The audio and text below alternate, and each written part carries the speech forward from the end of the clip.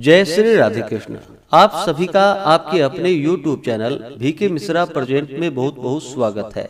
आइए आज आप सब जानेंगे वर्ष 2026 फाल्गुन मास कृष्ण पक्ष में एकादशी का व्रत कब धारण किया जा रहा है। तो जानेंगे व्रत के शुभ मुहूर्त के बारे में, पारण समय के बारे में, पारण कब और किस चीज से किया जाएगा, इस दिन खास करके भगवान को किस वस्तु का भोग लगाए, इस दिन किस प्रकार से भगवान की पूजा करनी चाहिए। तो आइए जानते हैं इन सबों के बारे में।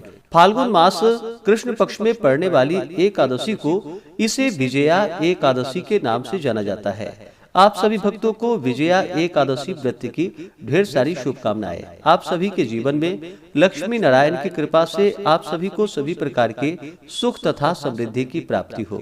जो भी भक्त सच्ची श्रद्धा के साथ, नियम और निष्ठा के साथ विजया एकादशी का व्रत धारण करते हैं, व्रत में नियमों का पालन करते हैं, इस दिन भगवान विष्णु के नारायण स्वरूप की पूजा करते हैं, तो इससे व्यक्ति के सभी प्रकार के पाप और ताप नष्ट हो जाते हैं।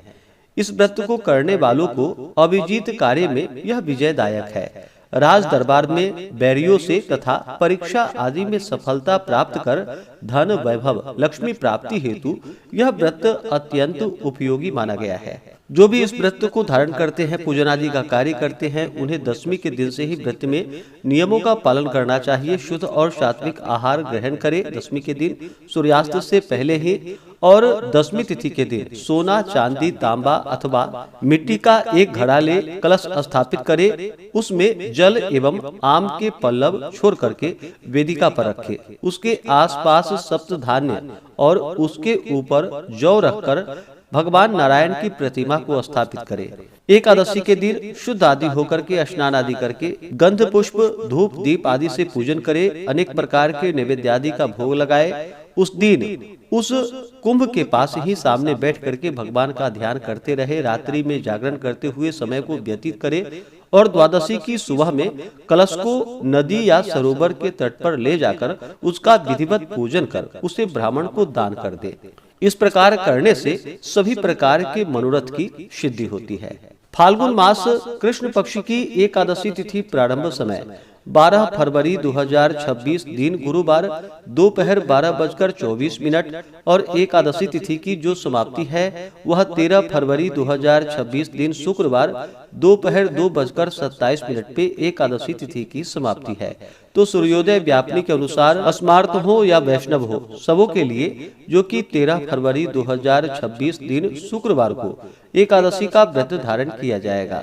व्रत पारण के लिए कहा गया है, व्रत का पारण हरिवासर समाप्त होने के बाद करना चाहिए और द्वादशी तिथि में ही करनी चाहिए। हरिवासर का समय द्वादशी तिथि का पहला चौथाई हिस्सा हरिवासर का होता है।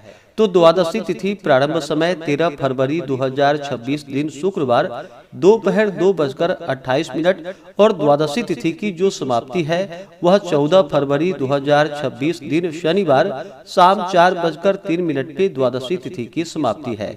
तो हरिवासर समाप्त जो कि 13 फरवरी की रात्रि 9:30 बजे तक हो जाएगा।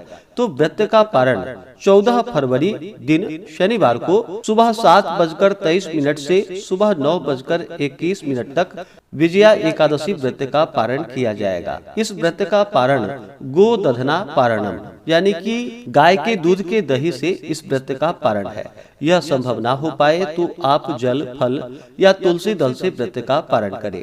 13 फरवरी को ब्रह्म मुहूर्त का समय सुबह 5:30 से सुबह 6:20 तक होगा। सूर्योदय का समय सुबह 6:34, सूर्यास्त शाम 5:50 होगा।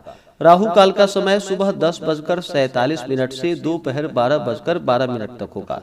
राहु काल समय के दौरान कोई भी शुभ कार्य या नया कार्य नहीं करना चाहिए, इस बात का ध्यान रखें। प्रातः काल पूजा का शुभ मुहूर्त सुबह 6:35 से सुबह 10:47 तक होगा। शाम को पूजा का शुभ मुहूर्त शाम 4:26 से शाम 5:51 तक होगा और विशेष रात्रि में पूजा का मुहूर्त रात्रि 9:01 से रात्रि 10:36 तक होगा।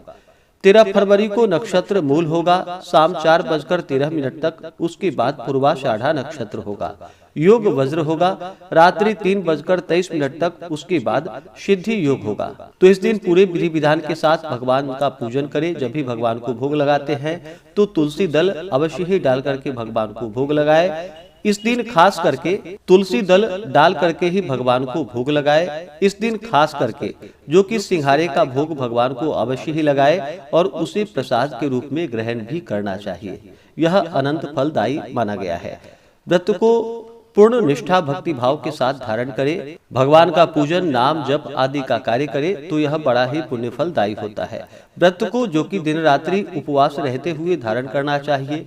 जो उपवास नहीं रह पाते हो, जिनका स्वास्थ्य सही ना हो, तो आप एक समय फलाहार ग्रहण करके व्रत को धारण करें। तो आशा करता हूँ कि यह जानकारी आपको अच्छा लगा हो।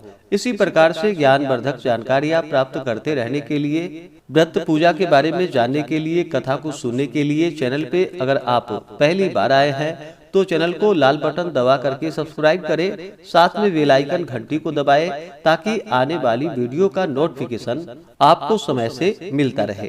वीडियो को लाइक करें, शेयर करें, सुखी रहें और स्वस्थ रहें। जय श्री राधे कृष्ण। धन्यवाद।